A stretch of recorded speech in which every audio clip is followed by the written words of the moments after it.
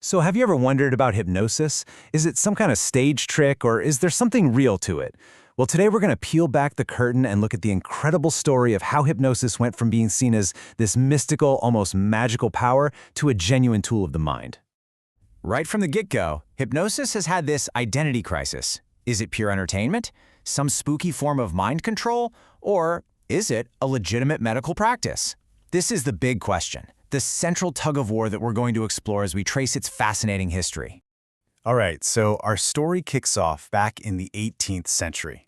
Now, this was a time of both spectacle and science, and believe me, the lines between the two got pretty blurry.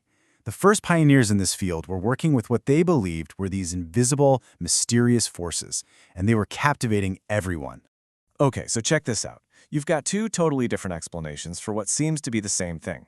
On one side, you have Franz Mesmer, a doctor who was convinced he was channeling a natural energy he called animal magnetism. And on the other side, you have Father Gassner, a priest, who thought he was literally casting out demons. But here's the thing. Despite the wildly different theories, they were both using the same core ingredients: ritual, powerful belief, and a whole lot of suggestion. And this is where we see the first huge shift in thinking. We start with Mesmer and his idea of some external force. But then, his own student, Deepu Segur, noticed that the connection, the rapport, between him and the patient was the real key. But the absolute bombshell came in 1819 from a guy named Abbe Faria. He just came out and said it. It's not about magnets. The power is already inside the person's own mind, and you unlock it with suggestion. Faria's idea was revolutionary, and it just changed the whole game. Was this all just a misunderstood psychological process? You know, something happening inside the brain? That one question basically kicked off a whole new era of scientific investigation. So as we roll into the 19th century, there's a real push to figure this stuff out, to demystify these weird trance states. It was time to take this phenomenon out of the smoky parlors and put it under the microscope in the lab, and even in the operating room. And here's the man of the hour, James Braid, often called the father of modern hypnosis.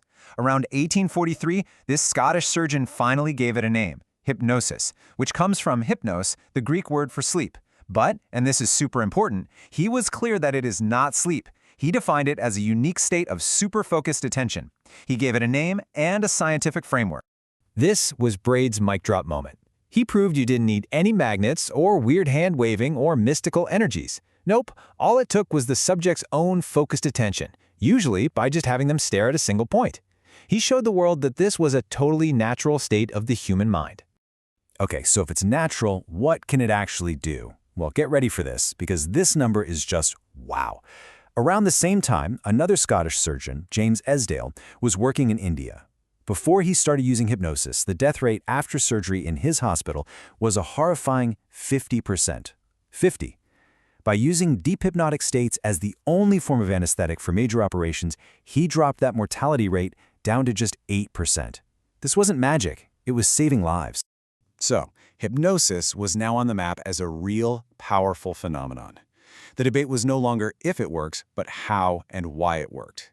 And let me tell you, this question sparked some major academic showdowns. So in late 19th century France, you basically had two schools of thought going head-to-head. In one corner, you had the Nancy School, which argued it's all about psychological suggestion. You can see they're building right on Faria's work. But in the other corner, the superstar neurologist Jean-Martin Charcot at the Salpêtrière School said no way. He thought it was a physical thing, even claiming he could trigger it by pressing on specific hypnogenic zones on the body. Now, Charcot's whole magic buttons theory was eventually proven wrong. But his work wasn't a total waste. Not at all. He was actually the first person to really observe and categorize the different depths of a trance. He gave us these lasting terms like lethargy, catalepsy, and somnambulism. And this brings us to another huge turning point. A physician named Joseph Breuer started using hypnosis for something new, not just to make symptoms go away, but to find out where they came from. With his patient, known as Anna O., he developed what she called the talking cure, using hypnosis to get to repressed memories. This was a massive step toward the kind of psychotherapy we know today. Okay, let's jump into the 20th century. Now the focus shifts again. People stopped arguing so much about what hypnosis is and started refining how it can actually be used. This is the era that gave us the brilliant innovators who created the techniques still used today. I bet you've heard this phrase before, right? It comes from a French pharmacist named Émile Coué. His big, brilliant insight was that the real power isn't with the hypnotist, it's with the patient. He was all about autosuggestion, teaching people how to use their own minds to heal themselves. And Coué wasn't just about a nice catchphrase. He actually created what he called laws of suggestion. Think about the law of reverse effort. It perfectly explains why the harder you consciously try to fall asleep, the wider awake you get. Or why telling yourself, "Don't be nervous," right before a big presentation almost guarantees you'll be more nervous. Coué was the first one to really map out how our conscious mind can sometimes fight with our subconscious goals. Meanwhile, across the Atlantic, an American named Dave Ellman came up with this incredibly powerful, practical definition that's still a gold standard today. For him, it was simple. Hypnosis is just bypassing that critical, analytical part of your mind so that you can establish new, selective ways of thinking. He was all about results, and he developed these amazing rapid induction techniques that could get someone into a deep trance in minutes. And then there was Milton Erickson, a true legend of 20th century therapy. This guy completely revolutionized the field. Instead of barking direct commands, he used stories, metaphors, and indirect suggestion. He believed every single person was unique and that they already had all the resources they needed to solve their own problems.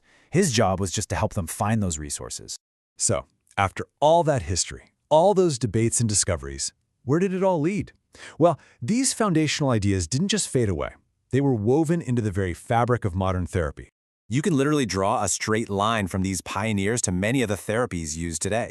In the 70s, researchers studied Milton Erickson's work like crazy, trying to model his genius. They decoded his language patterns and created what's known as neuro-linguistic programming, or NLP.